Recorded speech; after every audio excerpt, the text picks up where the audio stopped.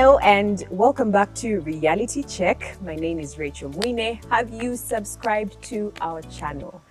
I hope you take a moment right now, pause and subscribe, and remember to hit the notification bell so you know when we bring you more content on parenting, mental health, marriage, relationships, workplace, career, all of that good stuff. If that's something that you are interested in, you are in the right place. And joining me, of course, is Dr. Evas who is a mental health expert, and she is also an advocate for good mental health. And she's also the founder of International Center for Mental Health and Family Care. Welcome, Dr. Evas. Thank you so much, Rachel. Today, we want to have a conversation about mental health in children. I know that we sometimes think mental health is for adults. It's something that we deal with when we are much older because the stressors are many and the responsibilities are many. But did you know that your child could be struggling with ill mental health? Yeah. So if you're curious about that, stick around for this conversation. So Dr. Evas, I think in order for us to know what is poor mental health, it would be nice to know what a mentally healthy child looks like. So what boxes can a parent tick to say, okay, my child is on the right path? Right. Yeah. Okay, so we all want a happy child. For we know sure. how happy children look Yes. like. They are playing. Yeah. You know, children need very few things. Yeah. They are low in maintenance. life. They are low maintenance. Yeah. Thank you. and so it's just they need to play. Yeah.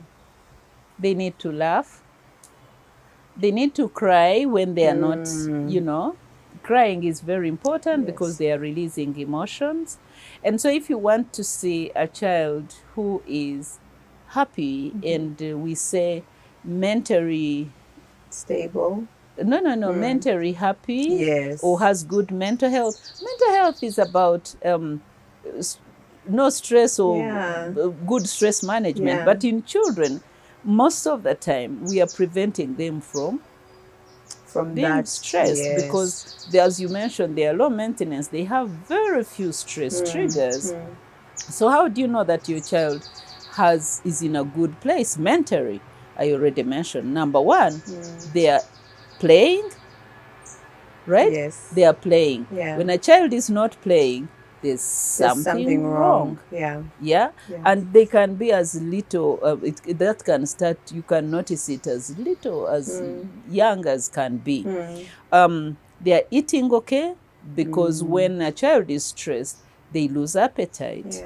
And of course, this is something adults need to understand, that when we are stressed, our pleasure centers in the mind lose supply, and so we lose pleasure. And pleasure manifests in appetite, laughter, in adult sex, but of course in children. Anything that is pleasure informed gets affected. So if a child is laughing, is eating okay, is playing, is talking, right, is not shutting down, that is, then you know that your child is okay. Is okay. Is okay. Yeah. Okay. And so what would you say are the main causes of mental health in children, or ill mental health in children? So I'll take you back to where we get mental health from. Mental health is relationship based.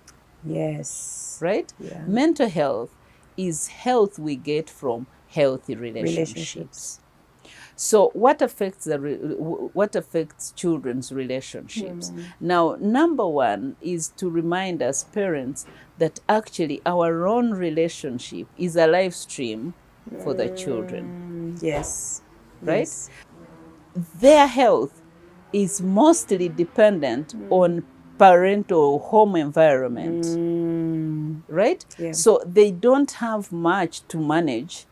Because the more we have to manage, the more the stress triggers. Got it. But for them, they are dependent on a parental relationship as a live stream for their health. Yeah. That's why when parents, for instance, are conflicting, you really see a child is because they've gotten a signal. Your protection system is under attack. Yeah. So that's why they will look at you.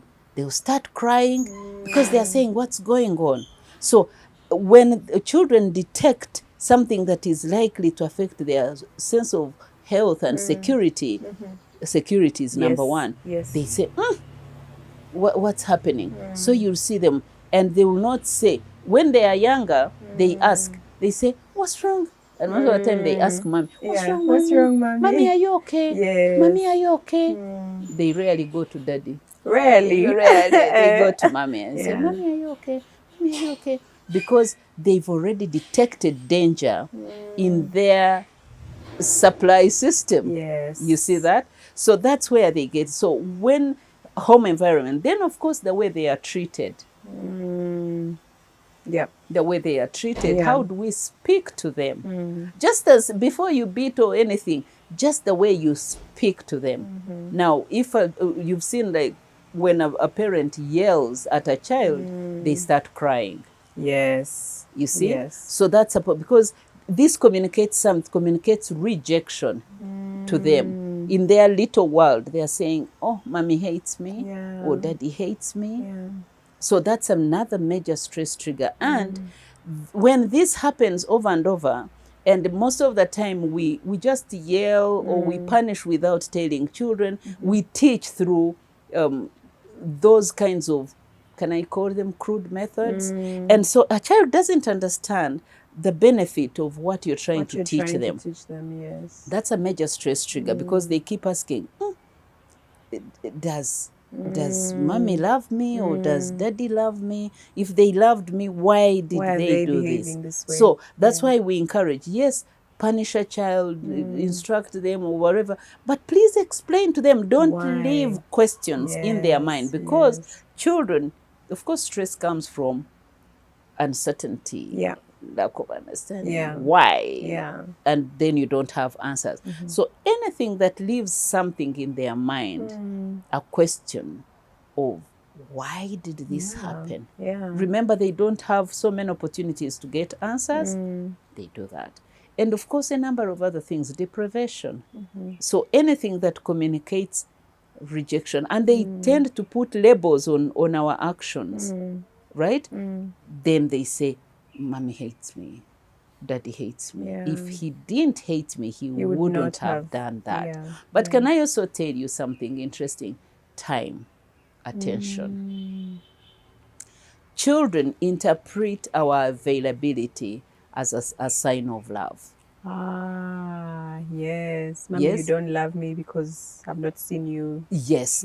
So when a parent is not available in the life of a child, they will conclude you don't love them, and that's a major stress trigger for them.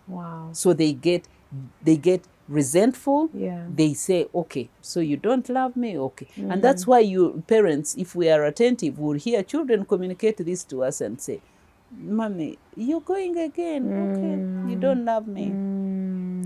Right? Oh dear. Yes. Yeah. So that's what happens. And even in adults, I've met this. They say daddy only worked or mommy only worked, and they didn't pay attention to us. She didn't love us. So that's very important. So what are those stress triggers? We need to understand that our actions are interpreted a certain way by our children, and depending on what interpretation they make will determine whether they get healthy or they get stressed. Wow. And then, of course, bigger children. Yes. Now, I've just talked about the cover from parents and how this cover gets torn. But then children also deal with so much. They have their own little relationships. They have conflicts. Have we had when a child comes from school and say, that mean friend, that manipulative bullies. So there is so much that happens in their little world. In their little world, they have bullies. They have those who suck their confidence, tell them they are not good enough, you know, and so they get this. They also have sometimes teachers. Teachers, sometimes parents compare them. Yes. So we tell our children, why don't you be like? Ouch. You see that? That's a major stress trigger, because it it sends a message, you're not good enough. If you're enough, Yeah. you'd measure up to Yeah. what others are. So there is so much, Yeah. so much. Yeah. They have conflicts, they have this. So there is so much. Children have their own world. And They so we do. can't sit back and assume them they don't have stress because we are there. What did they What more lack? do they want? They have parents. What more do they have a Yeah. little world, and we have to be interested in what is triggering my child. Yeah. Where they're getting Yeah. this and this. And their world is so little, and yet they don't have the vocabulary to express what they are going through. That's I mean, true. if a 30-year-old is struggling, then how much more That's right. a 5-6-year-old. Right. So how do these triggers manifest? What's the end result if unchecked? If a parent is not paying attention, what is likely to happen to this child? Okay. Yeah. So this manifests in sadness. Uh-huh. We'll see sadness. Yeah. And that's why I encourage us parents, please let's spend time with our children. kids, yeah. You're not going to detect sadness if you leave your child sleeping. You come back, they are sleeping. How will you know?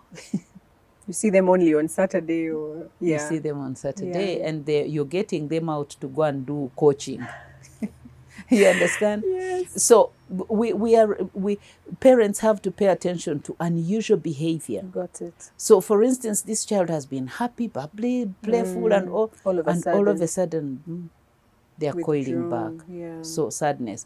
Related to that, maybe I've already mentioned loss of interest in daily activities. Yeah, because they've lost what we call psychic energy. Got it. Yeah, when we are sad, we lose that most important part of our energy. Yeah. And stress just sucks it out. So if you see a child has been engaged in all of a sudden they've lost interest in their soccer, they've lost interest in wherever, then we have to know that there is something wrong. Yeah. The third one is withdrawal. Yeah, when you see a child beginning to withdraw from people at home, they are more in their bedroom, or they are locking the world out of. They are putting earphones all the time. They are communicating like, leave me. I'm trying to be in my own world, and it can be a sign of depression. Depression. Wow. Yeah. And among the younger children, symptoms like crying and which is of course a sign of sadness. So they are crying more. Now, even little babies, when your child is crying more, they are communicating. That's their mode of communication. But of course, when they grow, most of the time they communicate by shutting down. Right? So these are some of the symptoms that children manifest. And then, of course, loss of appetite, pain, complaining of stomach pain. And most of the time we take them to hospital and they can't find anything. But they are still complaining, my stomach is paining, my stomach, headache. Oh, my head, yes. My head is paining, my head is paining. All those are symptoms of something gone wrong. Yeah. Wow. So let's not get dismissive and say, what is... They are looking for attention. Now you need attention. Please, your attention. And even if they were looking for attention, give it. You see? Yeah, that's their way of communicating. Yeah. So those are some of the of course, there are multiple other symptoms, but in teenagers, rebellion. Yes. Interesting. Yeah, in teenagers, rebellion is also a major thing. Because it's a sign of stress. You see a child who has been obedient, yes, mommy, yes, daddy, all of a sudden cuts off. They also don't understand themselves. So what comes off as rebellion is a sign. Sometimes is a sign that there is something going wrong internally. Okay. So, doctor, are there mental challenges that never go away? So you spot them in your child, maybe when they are much younger, but maybe they are progressive. How does a parent cope with that? How can they support their child through? Maybe a child is more prone to depression. It starts off when they are younger. There are some triggers, some stressors, but as they grow older, the depression never really goes away. The child just learns to live with it. How can a parent support their child through something like that? So anything that never gets resolved sticks. So it's we don't just get healthy because we've grown. Yeah. No, we don't just get over our mental health conditions because we have grown. We've grown. Matter of fact, it can get worse. It just gets worse. Yes, when you grow, you can understand a few things. But my encouragement is anything, when parents are attentive, when they are paying attention to what is happening, they are walking a journey with their children, they are able to detect unusual behavior, right? They are able to say, my child, what's happening? This child, you're not smiling. Are you okay? What's the problem? Yeah. Yes. And so then a conversation has to happen, and a parent needs to know why this child is behaving the way they behave. Yeah. And of course, how you approach it matters.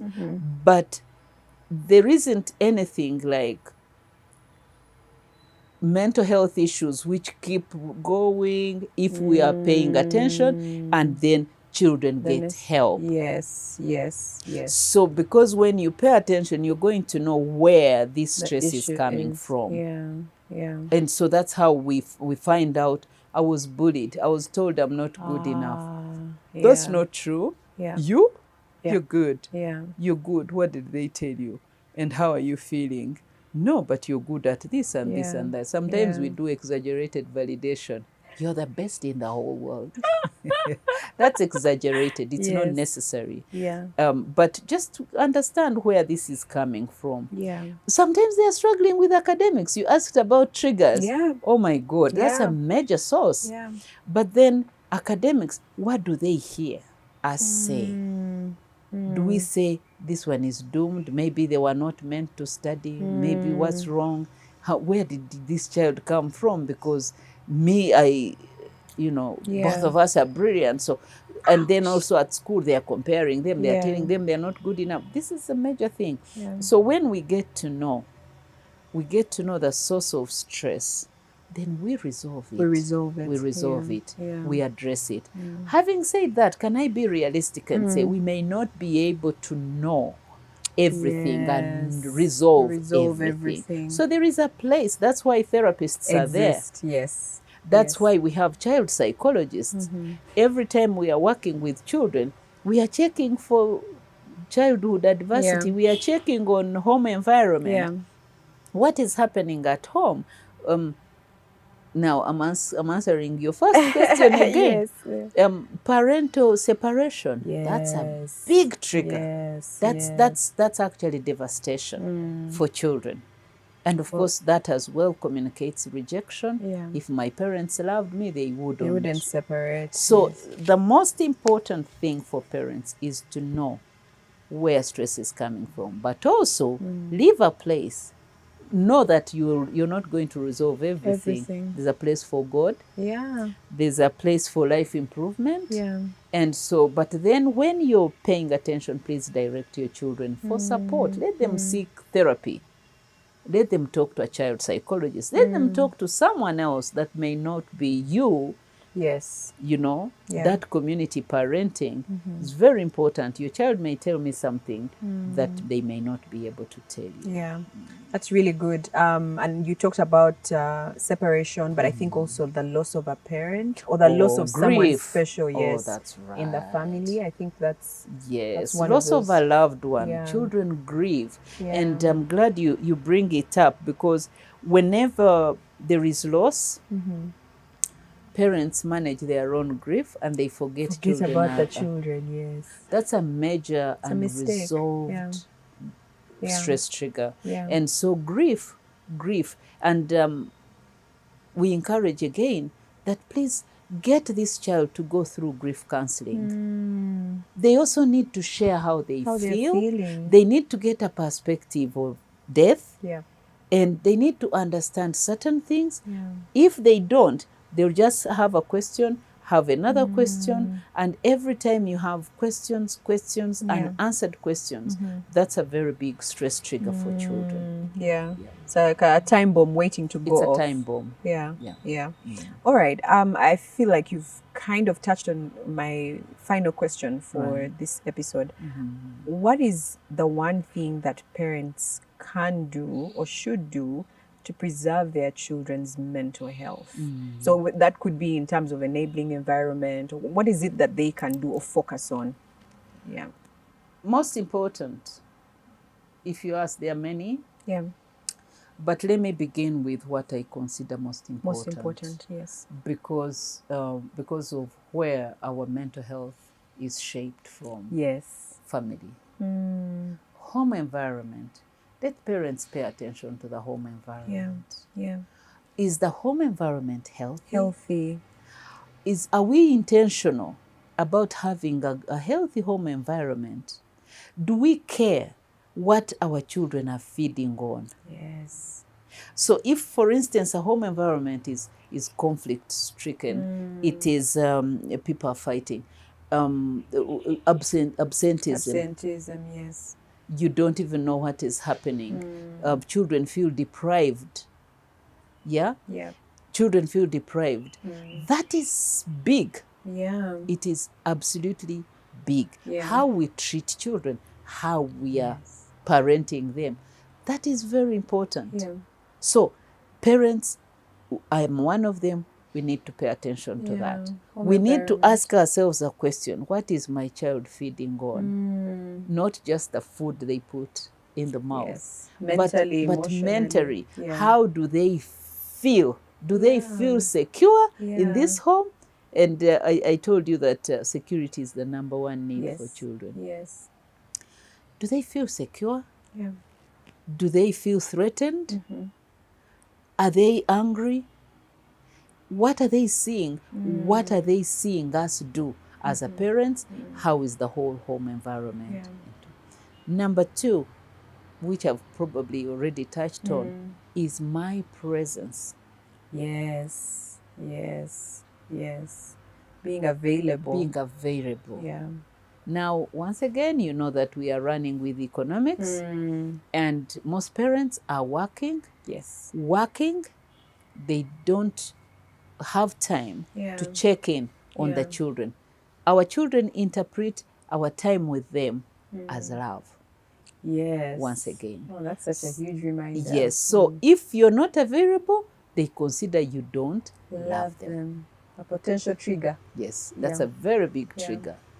Now, thirdly, our children, the way we treat them, what we say to them, Yes. how we parent them, Parent them, yes. our parenting style. You know, if they are being choked, they are suffocated. Yeah. Yeah. Now, probably I should also have mentioned this, that one of the major stress triggers is not to allow children to be expressive. Yes. So we represent them. Talk for them. Talk for them. Yes. Think for them. Doesn't matter the age. At whatever age someone has been given the brain to say something, that's why they ask, "Mommy, can I have chocolate?" No, we can't have chocolate, darling, because there's no money. Next time, okay. But sometimes I say, "Shut up." Yes. Don't you know there's no money? How are they supposed to know? You see that? Yes. So if we parents could pay attention to how we allow children to be expressive, because that's emotional cleansing. Yeah. Number 4, allowing children or teaching children basic ways to manage their emotions, to label their emotions, but also to manage them. So we check in on them and say, "Are you angry?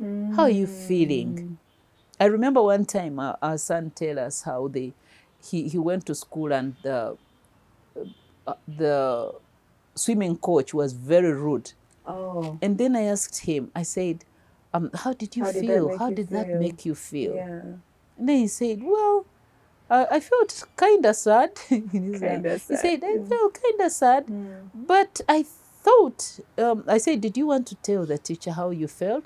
He said, "I thought about it, But I felt like it wasn't necessary because Yeah. I honestly concluded teacher had his Issues. personal issues and Okay. was projecting on me. on me. Oh, wow. I felt that was too big Yes. for this 9-year-old. Yeah. You see that? Yeah. So we need to check in with the children. What feelings do you have? But not to say, now you've started, shut up. So when we suffocate them, Yes. they get eruptive because Yeah. they don't have an opportunity to speak up and An cleanse outlet. in real Yeah. time and then be able to take in. Yeah. Because, as I said earlier, they have their own stresses. Yeah. How do we do that? The other way that we can encourage children is to make their decisions. Decision making, by the way, also helps them to be healthy.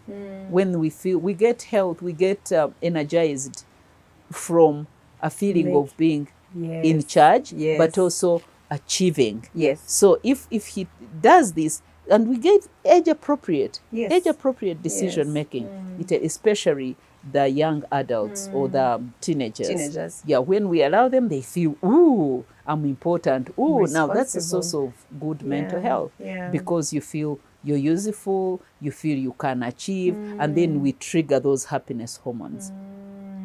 Instead of feeling, every decision daddy has to make, Yeah, they have to make it for me. So that sense of frustration is a big trigger. Yeah, yeah. Oh, wonderful. Thank you so much, Dr. Evas. So if you are watching us right now, you might want to do some self-evaluation and think about your children. What kind of home are you modeling? How are you behaving? Or rather, what's the home environment like? I think that is for every parent to constantly ask themselves, what is my home environment like? Is it one that's enabling good mental health? I've thoroughly enjoyed this conversation. Very, very helpful insights. Let us know what your home situation is like.